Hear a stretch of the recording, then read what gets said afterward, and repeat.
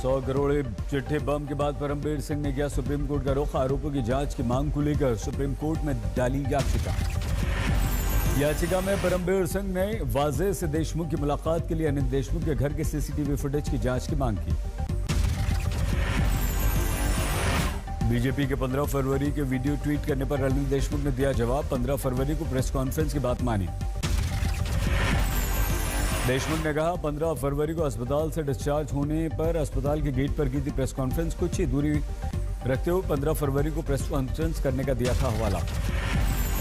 15 फरवरीला माझा त्या हॉस्पिटलमधून डिस्चार्ज झाला। डिस्चार्ज होत असताना मी हॉस्पिटलच्या बाहेर पडत असताना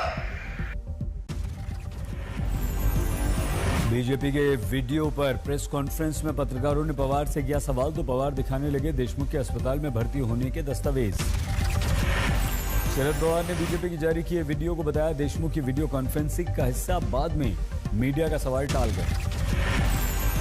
Mr. Deshmukh was hospitalized, and that's why the allegation was made exactly in same place. Sharad Pawar बोले जयंत पाटिल ने कल मुझे सारे मामले की विस्तार से जानकारी दी। देशमुख पर लगाए गए सारे आरोप हैं गलत।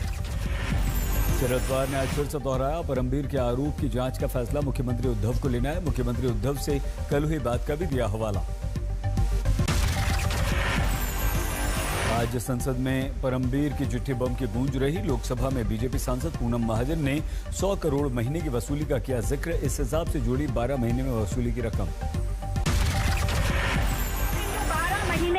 मतलब आप सोचिए 1200 करोड़ और उसके बाद आने वाले 5 साल। अमरावती के सांसद नवनीत राणा ने कहा मुंबई से 100 करोड़ की वसूली तो पूरे महाराष्ट्र से आखिर कितनी हुई होगी। अगर सिर्फ मुंबई से 100 करोड़ वसूली अगर महीने की होती होगी तो पूरे महाराष्ट्र से प्रारंभ कीजिए। पुणे से बीजेपी के सांसद गिरीश भालचंद्र बापट ने महाराष्ट्र में राष्ट्रपति शासन लगाने की मांग की।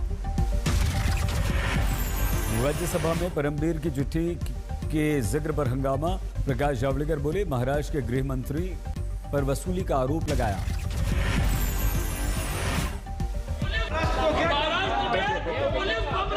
पुलिस वसूली कर रहे हैं और मुख्यमंत्री चुपचाप बैठे। कहां ले जाओगे महाराष्ट्र को? जावड़ेकर के बयान पर एनडीए सांसदों ने मचाया शर्म करो का शोर। विपक्षी दलों ने किया हंगामा।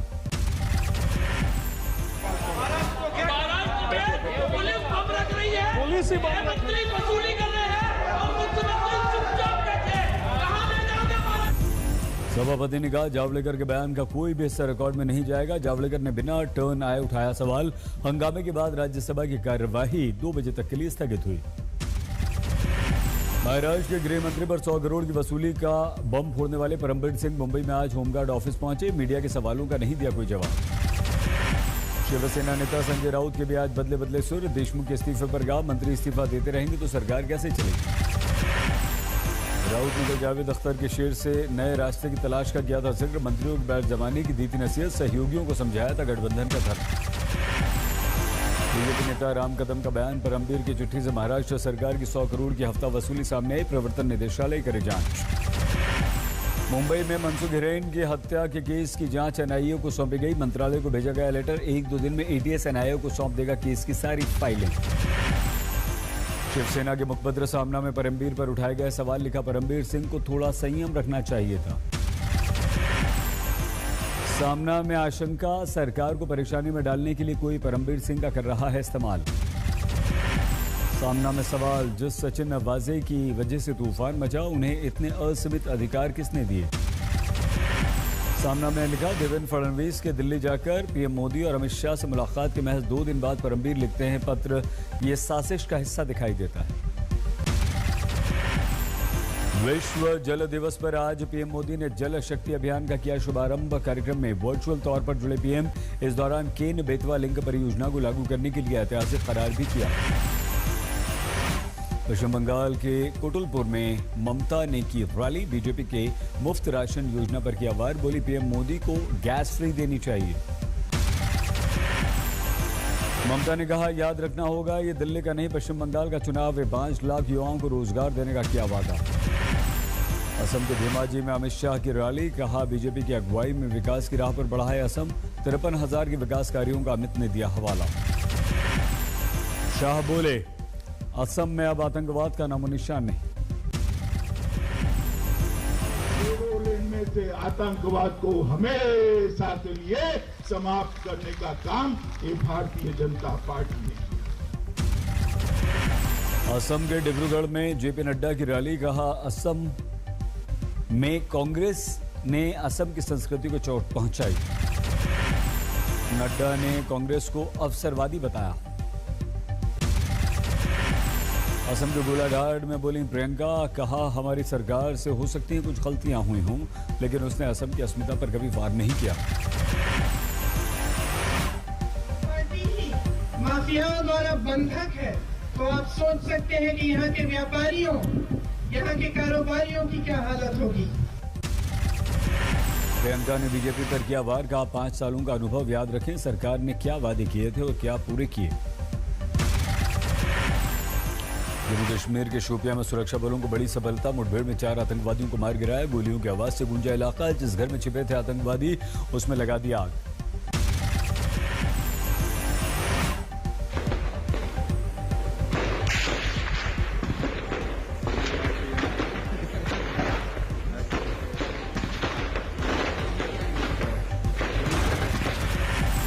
शोपिया के मनिहाल में आतंकवादियों के छिपे होने की मिली थी पुलिस को सूचना। सुरक्षा बलों के पहुंचते ही आतंकवादियों ने कर दी फायरिंग। सुरक्षा बलों ने सरेंडर का मौका दिया, बाद में जवाबी कार्रवाई में आग लगाकर गोलियां मारी। सेना सीआरपीएफ के साझा ऑपरेशन में मारे गए सभी आतंकवादी। मारे गए आतंकवादियों की नहीं हुई शिनाख्त, किसी आतंकवादी संगठन ने नहीं ली जिम्मेदारी।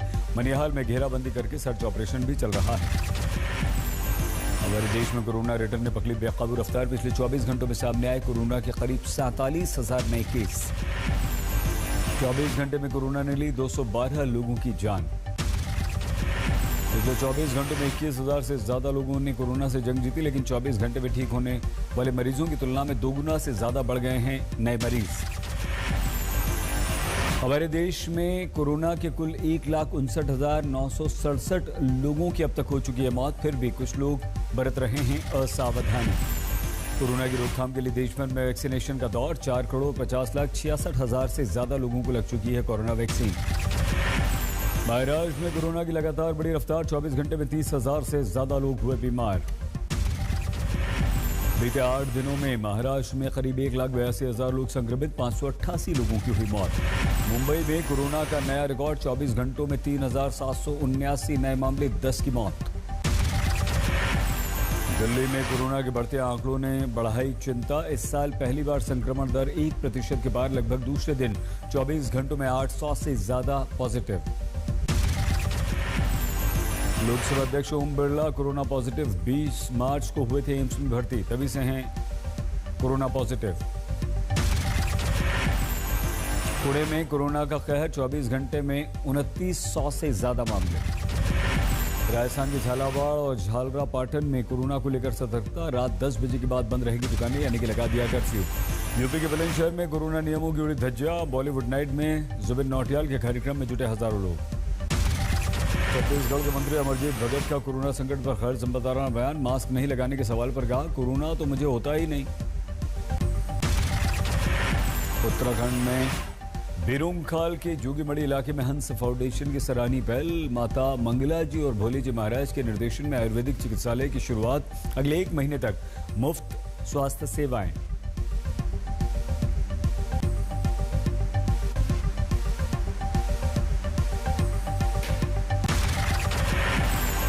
आम आदमी पार्टी के सांसद एनडी गुप्ता ने राज्यसभा अध्यक्ष वेंकैया नायडू को लिखी चिट्ठी। कोरोना खतरे को देखते हुए संसद की कार्यवाही अनिश्चितकाल तक के लिए स्थगित करने की मांग।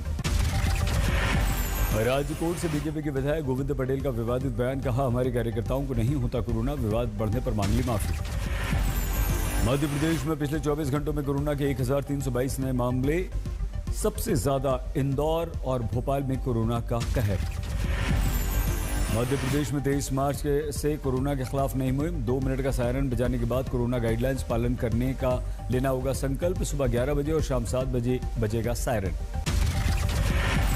राजस्थान में बाहर से आने वालों का टेस्ट जरूरी, नहीं तो 15 दिन आपको रहना होगा क्वारंटीन। 8 शहरों में नाइट कर्फ्यू चल रहा है। गुजरात में कोरोना के 1580 नए मामले। मुख्यमंत्री रूपाणी बोले फिलहाल लॉकडाउन का कोई इरादा नहीं।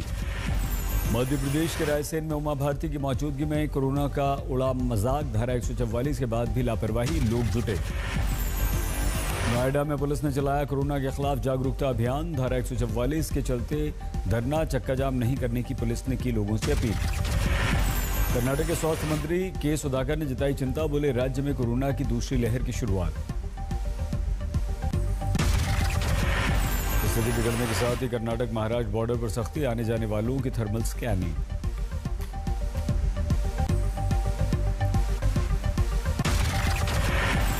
पाली में कोरोना को लेकर सख्ती। सभी 9 शहरी निकायों में रात 10 बजे के बाद बंद हो जाएंगे सभी बाजार। राजसमंद की सांसद ने दिया कुमारी ने राजस्थान में महिलाओं की असुरक्षा का उठाया मुद्दा। खुद को भी डराया, कहा कि असुरक्षित महसूस करती हूं मैं। फतेहपुर शेखावटी में लोगों पर चढ़ी होली की खुमारी। शुरू हुआ होली झंकार उत्सव। टीम इंडिया के पोस्ट कप्तान महेंद्र सिंह धोनी के कृषि और पशुपालन में जमी दाग। रिटेल शॉप पर धोनी ब्रांड दूध, फल, घी, सब्जियों की बिक्री बढ़ी। तो जुस्साई किसानों ने झारखंड में लगाया सेब का बागान। जमशेदपुर के सिंहपुरा गांव में लहराई सेब की फसल। बीकानेर के हिम्मतार गांव में बेहद दर्दनाक हादसा। 5 बच्चों की दम घुटने से मौत। खेलते वक्त अनाज के टैंक में हो गए थे सभी बंद। मृतक मासूमों में 4 लड़कियां, 1 लड़का। गांव में पसरा मातम। यूपी के मऊ में कुख्यात बदमाशों से मुठभेड़ में 3 पुलिसकर्मी घायल। बदमाश के पैर में लगी गोली, पुलिस ने किया गिरफ्तार। कानपुर में छात्र ने साथी से विवाद के बाद उसकी हत्या के लिए हायर किए 2 हिस्ट्री शूटर। गोली मारे जाने के बाद गंभीर अवस्था में अस्पताल में भर्ती। हिसार में एयरपोर्ट के करीब मिली अधजली लाश। अभी तक नहीं हो सकी शिनाख्त। पास से ही स्कूटी भी बरामद।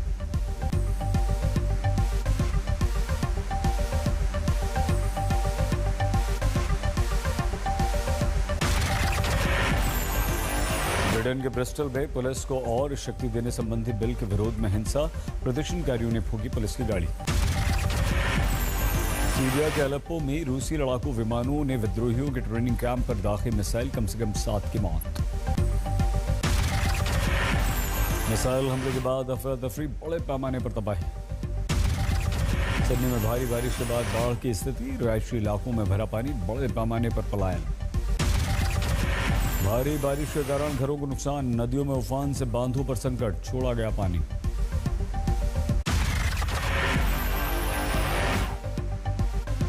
नमस्कार, मैं हूं अंजना ओम कश्यप। हमें उम्मीद है ये वीडियो आपको पसंद आया होगा।